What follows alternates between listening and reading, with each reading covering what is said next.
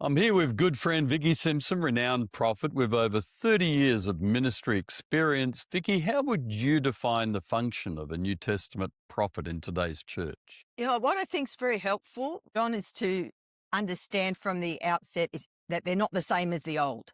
I find that a lot of people's understanding of the New Testament prophet function is like a hybrid of the Old Testament and the New. But Hmm. the New, as explained in Ephesians chapter 4, didn't come into existence until after the ascension of Jesus. So I think that's a really good place to start. And I would say the primary function of the New Testament prophet is to empower the church to hear from God, not to give direction. A lot of people think our primary purpose is to give direction, but I actually think we help the church receive direction. And I often liken our function to spiritual Sudafed. So you know how Sudafed in the natural clears your airways. I believe the prophet's job is like spiritual Sudafed in the life of the church. We clear the airways so people can actually hear from God for themselves. I just love what you're saying here. I really like the fact you're tying it into Jesus and his ascension.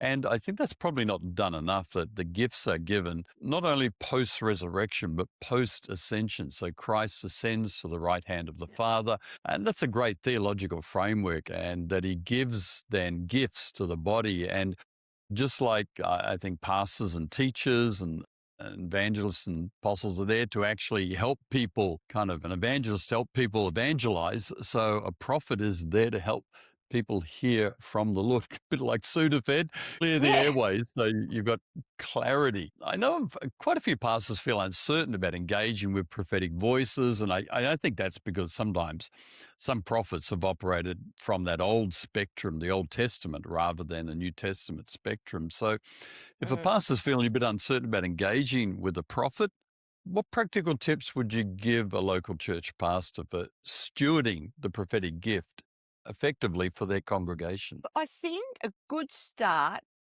is to take heed to 1 Thessalonians 5:2. It's interesting that we're encouraged to not despise Hmm. prophetic utterances. I think that's there Hmm. for a reason. Hmm. And if, as well, if a pastor is, I encourage them to be self-aware. Like, where is fear motivating any decisions, reactions with regards to the prophetic, and to embrace it, if for any other reason, the fact that it's biblical, that it's scriptural. Hmm. I think it's actually our responsibility to grapple with this gift. In the instance, if there, is any fear or apprehension, the fact that it is a gift, this gift has been given by God to bless, to encourage, to build, and to bring the church to maturity. So if we were to look at it like in the microcosm of a local church, first thing is training. Training Hmm. is so underestimated. I say that often the difference between Fruit Loop and fruitful is training. People don't know what to do if they don't know what to do. Yep. And certainly looking back to when I started ministering in the gift of prophecy in my local church, it was very much trial and error. I learned by observation. But in Hmm. those days, we're talking about the early 90s, culturally, in the charismatic move, it was embraced. So I had the benefit of that. Most Hmm. people today, and we've got a new generation who really haven't been able to learn by observation. It hasn't been as present in the services. So I would say to a pastor, look, it's not a perfect science. Hmm. This space is, it's the wonderful thing is it's not just about what we say, it's what God does with what we say, the posture of the heart. So I'd say look for good people. If you're looking within your local church, start with good, faithful people, Hmm. even good people, the teachable people. It's things that the church isn't going to come off the rails, by, people, if you're like bringing a mix. We're all a mixture. If we can make peace with the fact that, according to 2 Corinthians chapter 4, God puts treasure in earthen vessels. So you're not going to find the perfect prophet, the perfect prophetic voice. Having said that, if you're looking at the office, I would say to a local church pastor, do your homework. Do your homework. Who is the person with a good track record? What prophets in your nation, in your area, if there are any that are known, often they're hidden to be fair, or go under the title of pastor. In Australia, we have a number of prophets who are known as pastor, actually pastoring local churches. But do your homework and then get to know them. And then if you happen to bring them into the life of your church, whether on your platform, then trust them. Trust them. An environment of fear and double-mindedness is not going to bring out the best Yeah. in the Yeah, prophet, totally. or for your congregation. Feeling stuck as a church leader? Growing your church doesn't have to be overwhelming. The Hub gives you step by step roadmaps to grow a healthy church in just 20 minutes a day. Join the hundreds of church leaders who found their breakthrough by accessing my 4 decades of ministry experience, which delivers genuine results. Start your free 14-day trial today at growahealthychurch.com/hub. I think that fear area is something that pastors do need to face. And I remember going through my own Mm, journey about women in pastoral ministry and having to face the fact that I had a fear-based approach yeah. to that whole area. And as I dealt with that fear base and eradicated that, I was able then to look theologically, biblically at women in leadership and pastoral ministry and Yeah, come to a new that's right. place of understanding. And I think if a pastor can face the concerns, the fears they've got, and then maybe reframe that role of the prophet in, as you've said, post ascension of Jesus, just get a new theological framework. But Mm, I'd also say, Vicky, that our relationship with you for over 30 years, we've been friends, having that relationship and your integrity over those decades and the way you've ministered over those decades, it brings you to a level as a pastor, to a level of, hey, this person is good, this person is healthy, this person yeah, is good for our church. So I think getting to build that relationship and that place of trust. But yeah, again, you're right. If we're waiting for the perfect pastor, well, they're not around. Don't wait for the perfect prophet or the perfect use of the prophetic gift as well. I think so yeah, much truth in what you've shared there. Do you think there's a fresh revelation coming around fivefold ministry? Do you think the church needs to I do. awaken afresh to the Yeah, fivefold 100%. ministry? Yeah, I do. And I think the first thing that we need to do is to grapple scripturally. I think you used the word revelation. I believe that there is fresh revelation to come, Mm, but we don't know what it is until it's revealed. That's the point of revelation.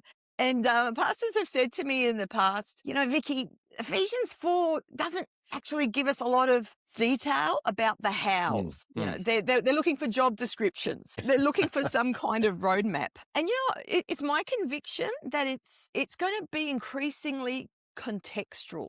And what I mean mm, by that is that the how of the five working together is going to be more and more revelatory, say, in the life mm. of a local church, in the life of a movement. And it's not going to be this prescription. I think people are waiting for the blueprints to be downloaded and the how. I mean, you have the people to, if I can be this honest, John, I have had this conversation with church leaders who have said things like, haven't seen it work before. I don't believe in it because it hasn't worked before, right? Mm, Or, well, there's just some old paradigms that are not in any way biblically based. And sometimes it's like old wives' tales handed down through generations. I'll have a young mm, pastor rehearsing just things they've been taught by their spiritual fathers that really is not even grounded in their own personal experience when I've challenged it, when I've asked mm. for Wow. names, examples. And so there's a book that I love, John, by Brene Brown, not a Christian book per se, Mm, and it's called Rising Strong.